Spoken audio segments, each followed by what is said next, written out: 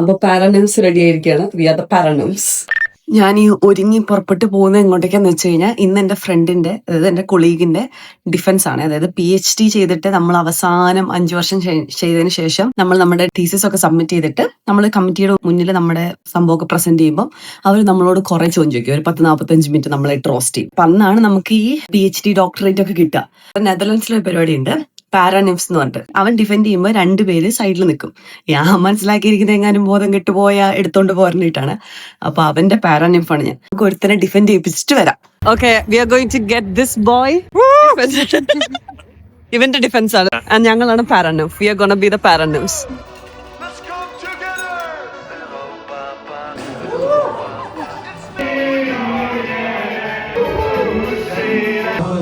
Fresh as a bride.